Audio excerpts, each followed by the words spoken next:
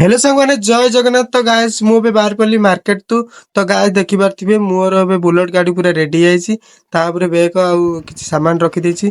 तो गाइस देखंतु मु ए पळि आछि अधा बाटू आउ किछि समय पर मार्केट भीतर जाई पहुंचबी।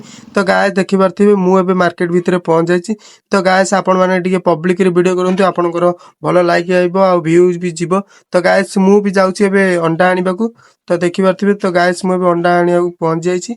तो सेति समय सब सामान पूरा पैक कर देछि। तो गाइस मु भी पळि आसली आखु पणा पीबाकू। तो गाइस देखि पारथिबे भाई कहिछि गोटे आखु पणा बनाओ।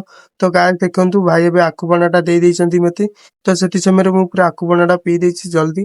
तो गाइस देखंतु मु एबे डायरेक्ट पळि आसली अधा बाट आ किछि समय पर हम गाँ को पूरा पहुंचबी।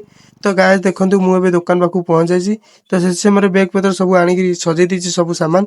तो देखंतु गाइस मु एबे जाउछि घर को।